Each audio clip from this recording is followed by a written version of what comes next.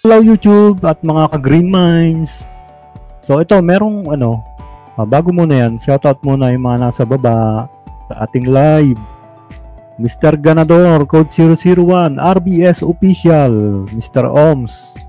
At syempre, yung ating lover girl, si Miss Erin o Miss Girlie, ang daming pangalan. Si Mommy Shine.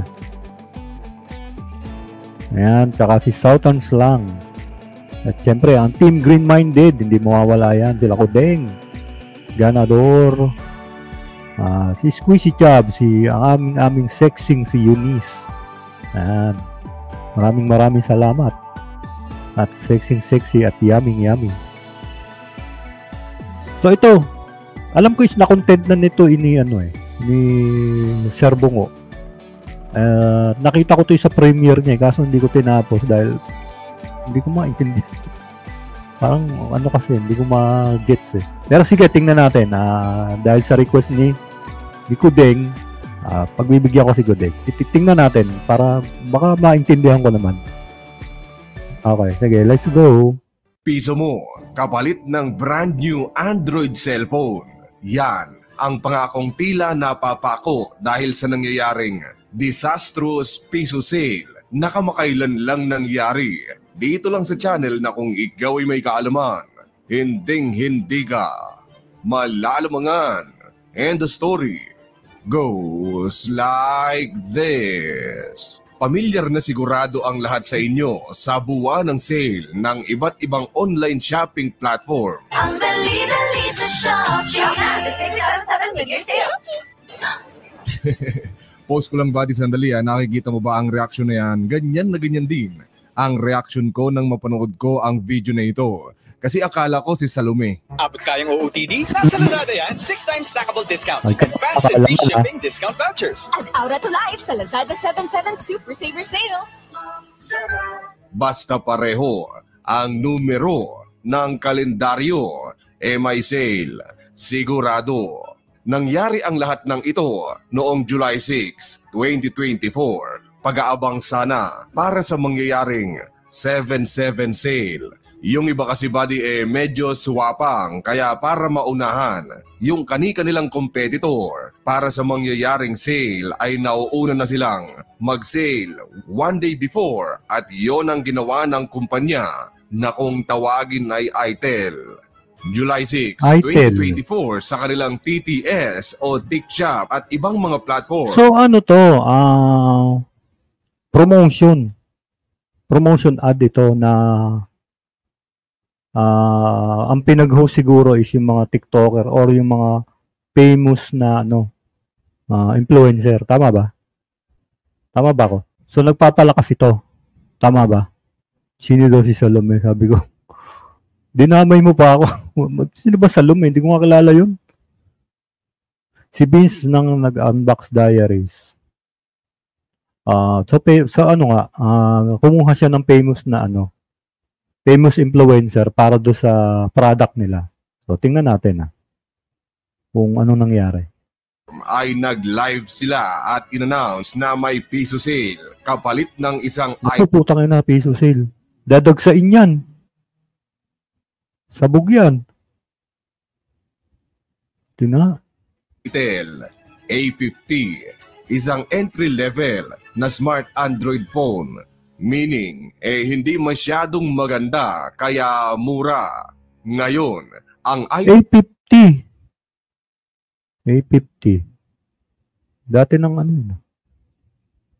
ano yan? Siguro low end na low end na classic na hindi nila ipapamigay ng mahal yan. Itel ka. Siguro mga 3K yung halaga nito or 2K. Kaya nila pinapamigay ng piso. Tingnan natin. Yun lang piso sale, delikado na yun. Sabog ang server mo nun. Sa dami ba naman ng Pinoy?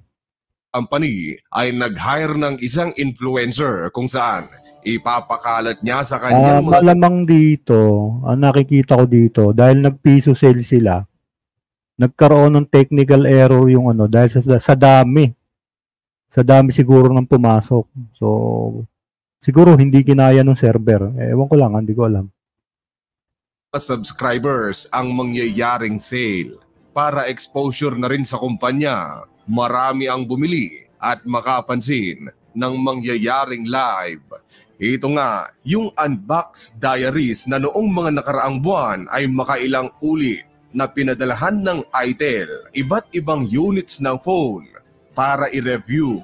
Seryoso na si ITEL sa gaming. Ito po si ITEL RS4. Paano naging 3,000 lang to? Seryoso, ito na yung pinakamurang phone na nabili ko.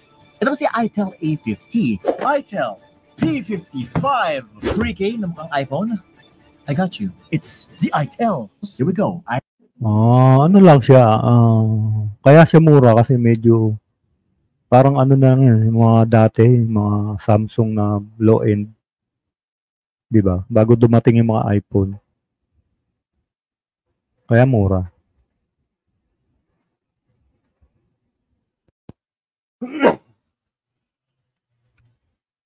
iTEL P55. Sabihin sa you're watching. Here we go. iTEL P55. Sabihin sa you're watching. And as you can see, buddy, saganang sagana sa phone itong si Vince ng Unbox Diaries. Ngayon, mabalik tayo sa nangyaring sale noong July 6 dahil habang libo-libo ang nakatutok sa pagpapalit ng presyo from 3,000 pesos plus to piso. Ako, delikado yan. Ewan ko, baka naman prepare yung system nila sa ganun. Kasi ilang milyon ng tao, ilang milyon ng manonood sa inyo yan, di ba? Hindi ko alam, baka naman prepare yung system nila dyan. Ay, Dear Unbox Diary and Idol fans, kami po'y nagpapasalamat sa inyong pagsuporta sa live collaboration nitong July 6, 2024 with Unbox Diary and Idol fans.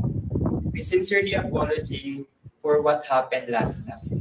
The original plan for the piso deal is we will release 1 pieces of A50 for only 1 peso. since 1 pieces?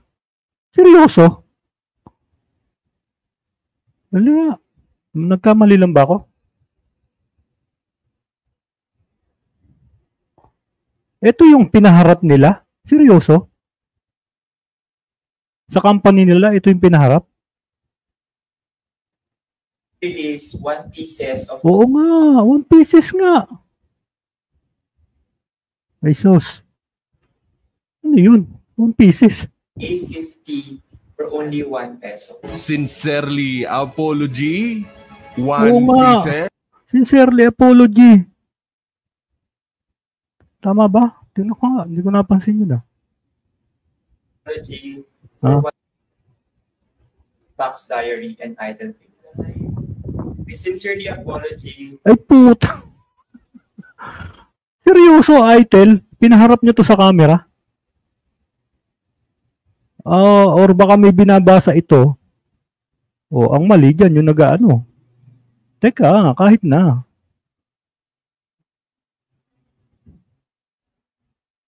Dapat we sincerely apologize. Ay, ano ba yun? Tapos 1 pesos. Ano ba? Ito ba yung pinaharap niyo, ITEL? for what happened last night. The original plan for the piso deal is we will release 1 pieces of A50 for only 1 peso. Sincerely apology, Oh, I'll sincerely apologize. 1 pieces. Pambihira naman, hindi naman sa pagiging grammar Nazi, pero magmumukha pang professional. Kung tinagalog na lang Oo sa nga, sana tinagalog na lang eh. 'Di ba? Mas maganda yung Tagalog eh. So, walang sabit. Sabit talaga. Seriously. 1 pieces. na para pare-pareho nating maintindihan. Pero tuloy natin. That night, the life is doing good. That's why the management decided Putang ina. Wala ba kayong ibang pinaharap? Ano to eh? Nationwide ito eh. Nationwide apology ito. Tapos, dito lang makikita na yung credibility ng company eh. Dito pa lang. Di ba? So, ewan ko, tuloy natin. Dito pa lang, kita na yung credibility ng ITEL eh. Ito, pinaharap nila. Seriously. To increase it from 10 pieces Oh. A50 for 1 peso. Pambihira buddy, dito ay lumalabas na ang baho ng kumpanya. Piso sale, tapos libo-libong tao ang nakaabang, tapos 1 piece lang pala. Ano to? Maliwanag na ano lang ito. Kumbaga sa thumbnail, ano tawag doon? Clickbait. Maliwanag na clickbait ito, kumbaga sa thumbnail. Okay. Yung balak nilang ibigay. Tapos dahil nga daw marami ang nauuto, nag-aabang bilang pampalubag loob, ginawa nila itong 10. Subalit, nagkaroon po ng technical issues ang system. Kasi nga marami kayong nag-aabang eh. Marami nag-aabang eh. So yun ang sinasabi ko na baka hindi kayanin ng system nila dahil marami nag-aabang. Yung server nila. Sasabog ang server nyo talaga, milyon-milyon ng tao eh.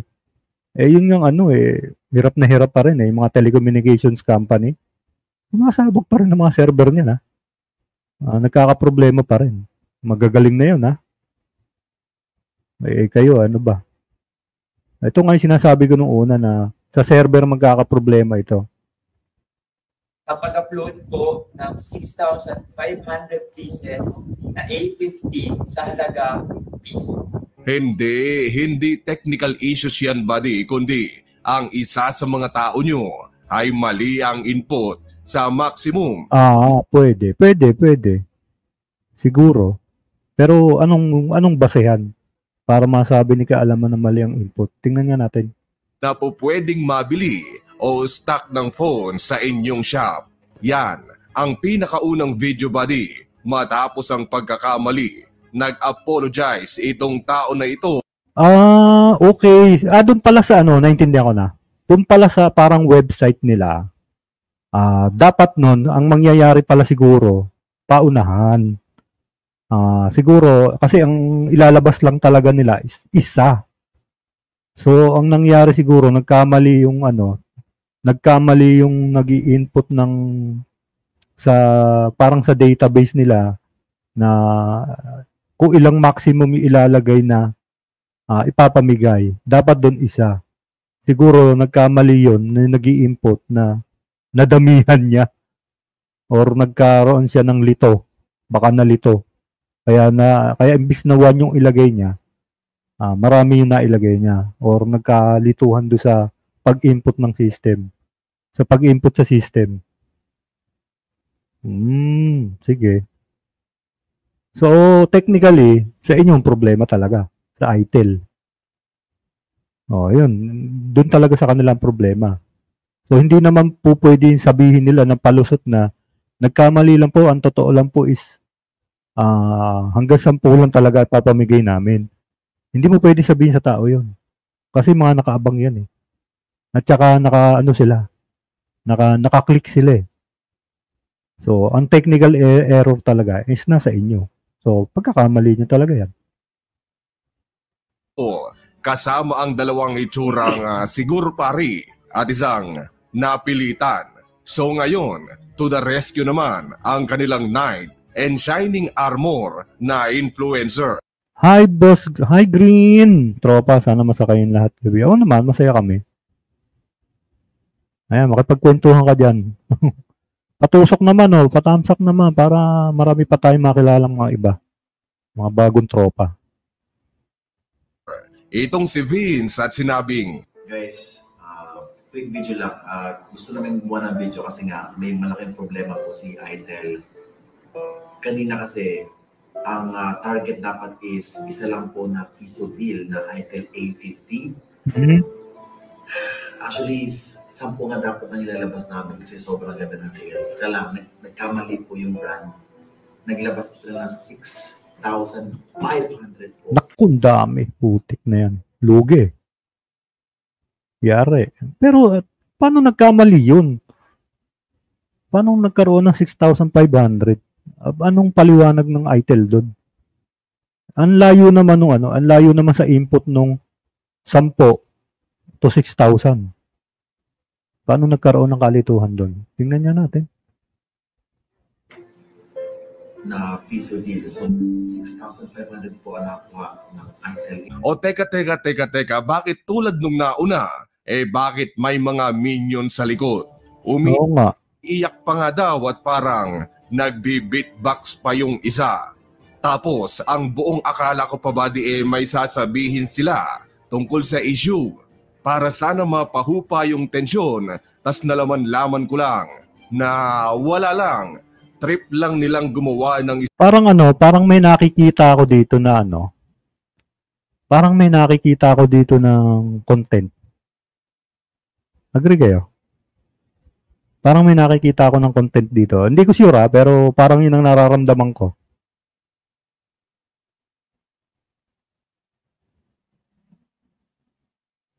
Ewan ko hindi ko, pero pakiramdam ko yun eh.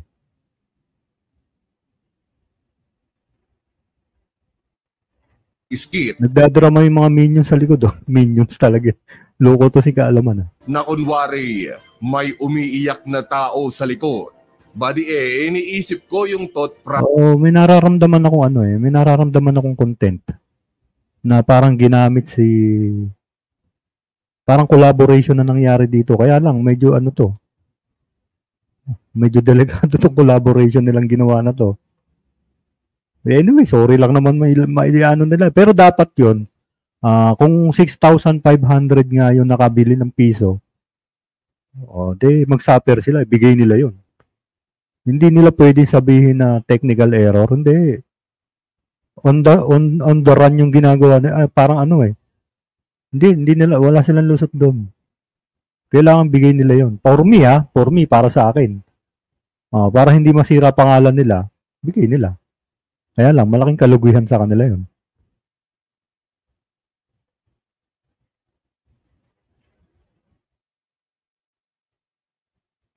Ako, may nararamdaman akong parang collaboration nito eh. Hindi ko sure pero pakiramdam ko lang naman.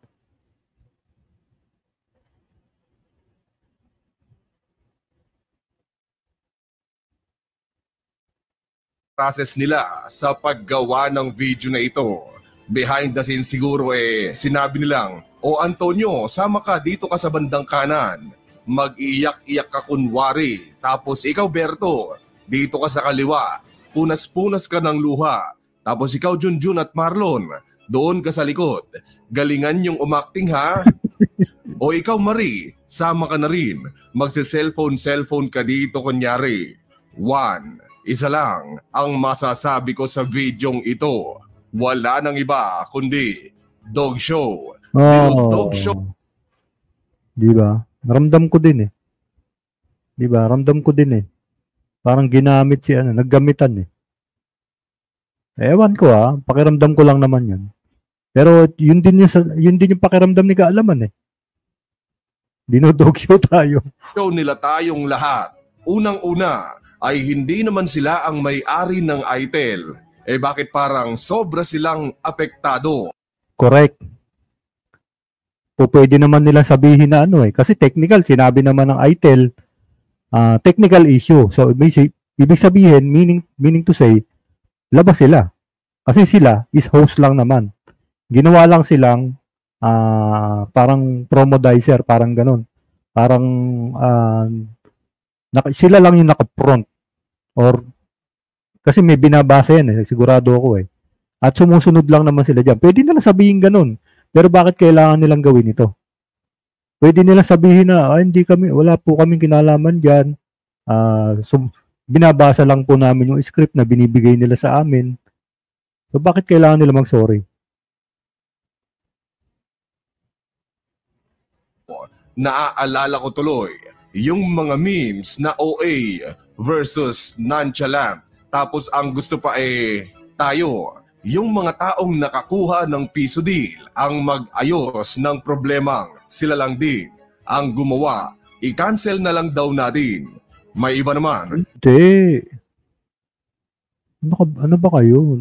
Panindigan nyo yan. Ginawa nyo yan eh. Technical error yan eh. Sa akin for me panindigan nyo na lang para hindi masira yung ano nyo. Kaya lang, medyo malaki nga mawawala sa inyo.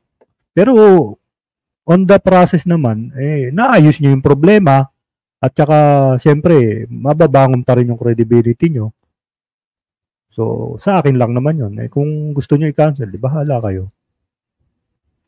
Na sinasabing, oo nga, nakakaawa naman. I-cancel na lang natin kasi baka malugi yung ITEL dahil halagang...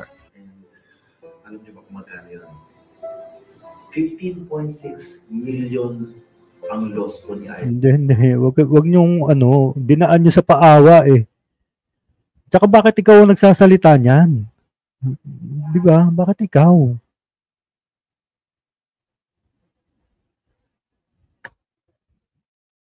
Wala ka namang kinalaman. Sa akin sa totoo lang, in general, in reality, wala siyang kinalaman dito. Host lang naman siya eh. Di ba? Nagbabasa lang din siya eh. Unless, meron kayong pinag-usapan yan. Di ba?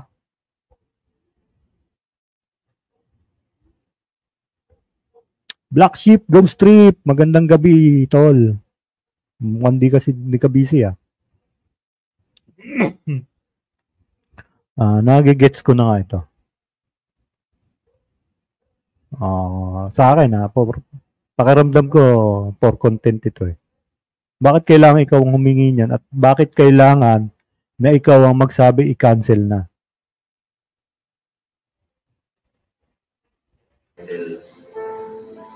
Tapos nagpapaawa pa kayo na 15.6 million. Kasalanan nila yun. Technical yun eh.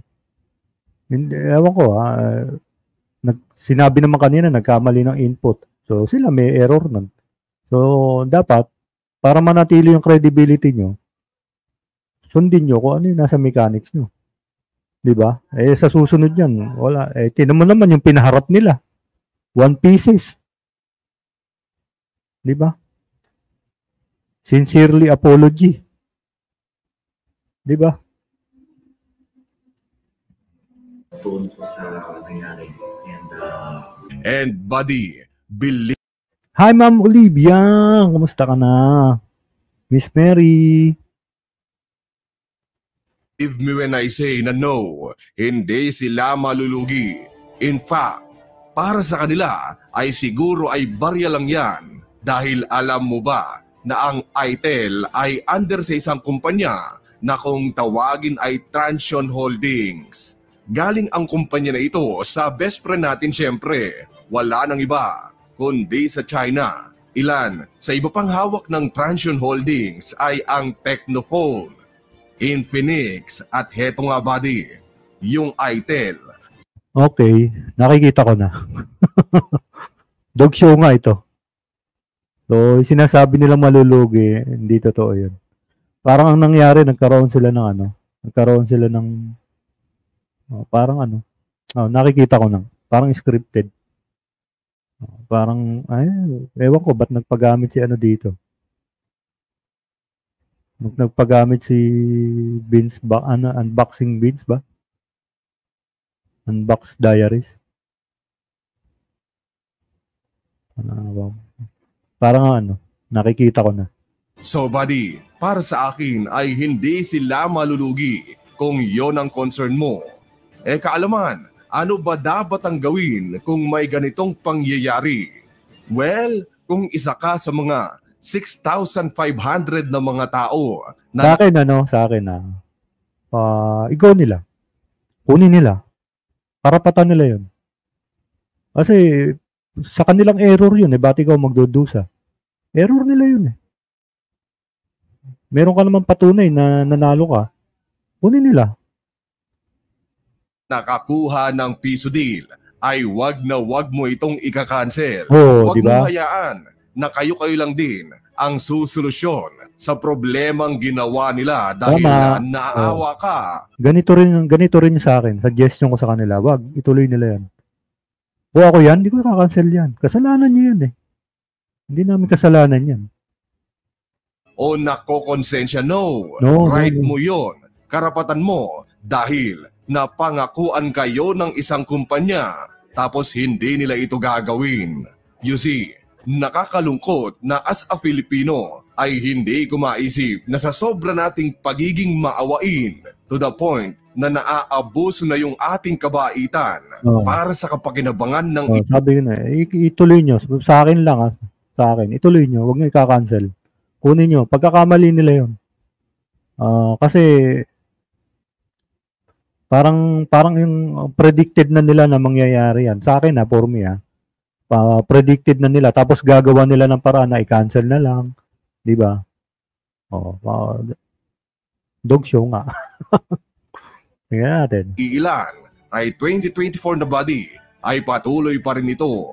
Kaya nga uso ang poverty corn dito sa Pinas. Tapos not to mention, yung taragis na takoyaki na kamakailan lang nangyari. Taragis. Kaya tingnan mo, alam ito ng mga kumpanya. Kaya tingnan mo naman, nilagyan nila ng minions yung kanilang ginawang video.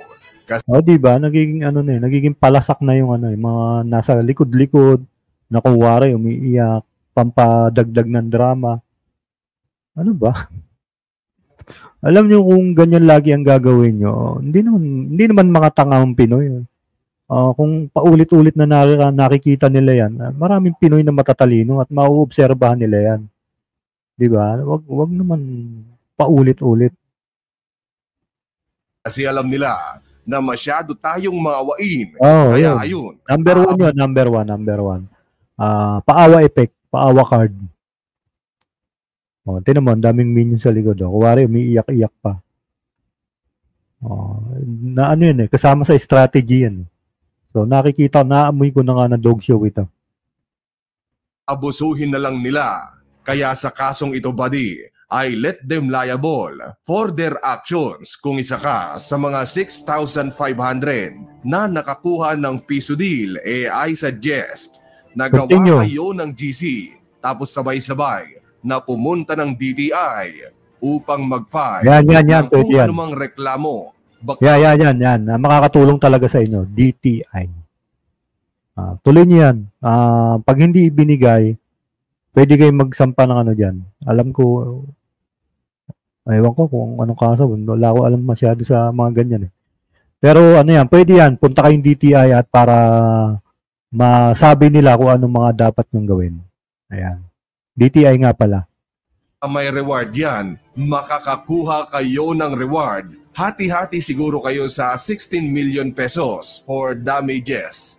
I don't know. Hindi ako lawyer. So punta na lang kayo doon at balitaan nyo ako kung ano ang mangyayari. Kasi buddy, isipin mo, kung hindi mabibigyan ng leksyon, itong kumpanya na ito ay sa susunod na may mangyayaring ganito, yung guguyuin tayo, yung mga kumpanya, sasabihin, madali lang namang palambutin ang mga puso ng Pinoy. Kuha lang tayo ng mga minions, tapos mind you, dapat umiiyak sa bandang likod tapos magmakaawa tayo na mawawalan sila ng trabaho kunwari. Tapos makakalimutan na nila yun. Mabait naman ng mga Pilipino. So yun buddy, let this be an example sa mga kumpanya na huwag gumawa ng false advertising, thinking na magkakaroon ng maraming piso deal tapos 1 unit lang pala. Depende pa kung marami ang manonood o hindi. Nakakaawa lang tayong lahat, umaasa sa wala. And that's it for today's video. Naway, nabigyan ko kayo ng kaalaman at na-entertain. So yun, sa akin na tingin ko dog show nga. So naramdaman ko na siya nung bandang gitna na nung lumabas na si Unboxing Diary. Tapos mayroong mga tao-taong kuwari umiiyak sa likod. So naramdaman ko na mayroon nangyayari na content. So sa akin lang yung mga nanalo ng mga piso promo na yan, tuloy nyo. Dalhin nyo sa DTI. At sigurado ako makukuha niyan. Or meron kayong parang makukuhang Hindi nyo man siguro yung cellphone, pero may hakbang ang DTI dyan para makompensate naman kayo. Hindi ko lang sure kung ano yung compensation na yun. Pero ano to, ang naging aral sa atin ito na wag na kayong gumawa ng mga ganyan. Ano yun? Papaasa kayo, tapos pagka nagkaroon ng aberya, hindi nagkaroon At tingin ko sadya nga kasi nga content So yun, magsilbing aral sa atin nito. Ako naramdaman ko na agad na ginamit yung ginamit yung unboxing diaries Tapos nahalata ko pa yung pinaharap ng ITEL. Di ba? Sincerely apology. Tapos 1 pesos. So asa ng credibility? Asa ng nun, di ba?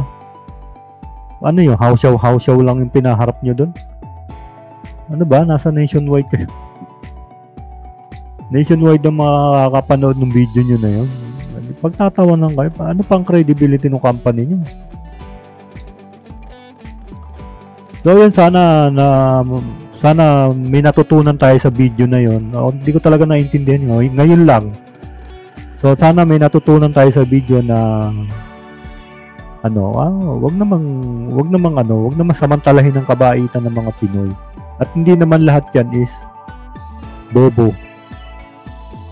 Although hindi naman talaga bobo mga Pinoy, pero meron lang talagang matatalas. Matatalas ang isip na mahuhuli agad kayo. So, ingat kayo sa mga Pinoy kasi natuklasan pa nga nang galing China yung ITEL. So, ingat kayo sa mga Pinoy dahil magagaling mag-isip ang mga Pinoy. So, walang paraan na hindi kayo mabuking. So, yun. Hanggang doon na lang. Ingat lagi tayo. Maraming salamat. Bye-bye.